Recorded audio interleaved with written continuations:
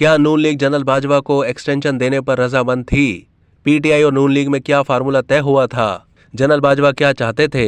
Senior तज्जिया निगार जावेद चौधरी ने इंकशाफ किया है कि इमरान खान पीटीआई और पाकिस्तान मुस्लिम लीग नून की सेकंड टियर लीडरशिप में मुलाकात के लिए राजी हुए तो अयाज सादिक और ख्वाजा साद रफीकी, असद कैसर और परवेज खटक के साथ मुलाकातें शुरू हो गईं। इन मुलाकातों में बादअज़ा और लोग भी शामिल हो गए और एक फार्मूला तय हो गया। फार्मूले के मुताबिक दिसंबर में हुकूमत मुस्ताफी हो जाएगी, मियां नवाज शरीफ के केसेस खत्म हो जाएंगे और ये वापस आ जाएंगे। 6 महीने की केयरटेकर हुकूमत बनेगी, इलेक्शन जून में होंगे, सिकंदर सुल्तान राजा इलेक्शन कमिश्नर रहेंगे और जनरल बाजवा इलेक्शन के बाद रिटायर होंगे। ये फार्मूला विन विन सिचुएशन थी।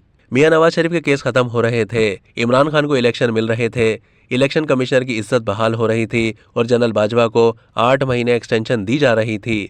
लेकिन इस दौरान मियां नवाज शरीफ और जनरल बाजवा के मुश्तरका दोस्त शुजात अजीम ने अपनी शबाना महफिल में इस फार्मूले का जिक्र कर दिया। ये बात जनरल बाजवा के कान तक पहुंची तो उन्होंने मलिक मोहम्मद अहमद को फोन किया और कहा, मैं एक्सटेंशन नहीं लेना चाहता, मैं 29 नवंबर को रिटायर हो रहा हूँ, मैं इस फार्मूले में नहीं हूँ। मियां नवाज शरीफ ने भी बादशाह ये फार्मूला मुस्तरद कर दिया। उनका कहना था, मेरी इज्जत बहाल होनी चाहिए, मैं किसी लेन देन के साथ मुल्क वापस नहीं जाना चाहता। दूसरी तरफ इमरान खान के साथियों ने भी उन्हें समझाया, आपने अगर मियां नवाज शरीफ को रियायत दे दी तो आप पर एनआरओ का इल्जाम लग जाएगा और यूं ये फार्मूला नाकाम होगा। अब तक के लिए इतना ही। मजीद मालूमात के लिए डेली जंग के यूट्यूब चैनल को सब्सक्राइब कीजिए।